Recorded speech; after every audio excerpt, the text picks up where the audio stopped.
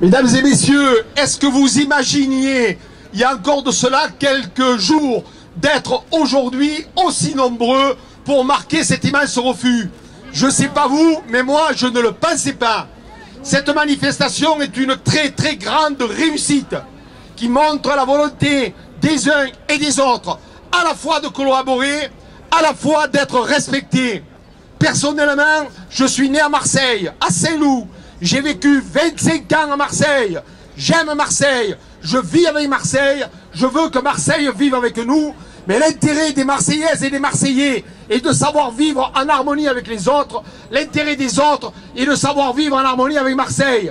Cela ne dépendra que s'il y a une véritable capacité d'écoute, une véritable volonté de comprendre, une véritable volonté de construire. Comment aujourd'hui pouvons-nous nous imposer à nous, habitants des Bouches-du-Rhône, ce que l'on n'impose pas aux Parisiens, ce que l'on n'impose pas aux Lyonnais, alors que, il semblerait quelque part que pour satisfaire des intérêts politiciens, on ait choisi quelque chose dont personne ne veut.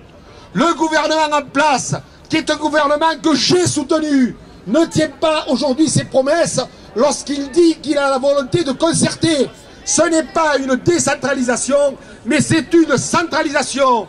Madame Lebranchu, aujourd'hui, est le ministre de la centralisation. De ce type de diktat jacobin parisien, nous n'en voulons pas. Et nous disons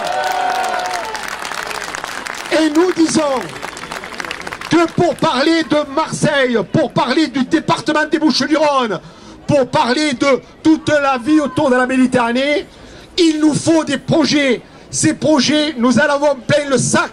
Nous sommes prêts à les discuter. Nous sommes prêts à les amender.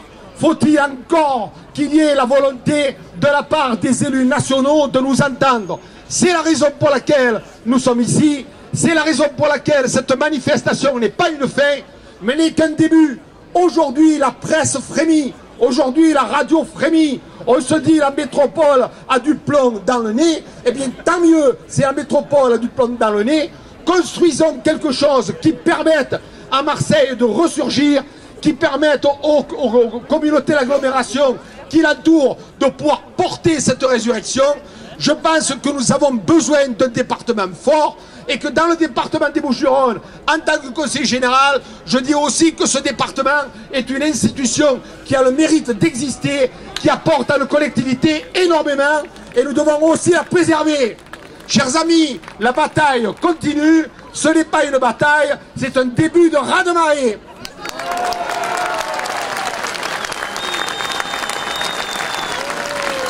Et après cérémonie.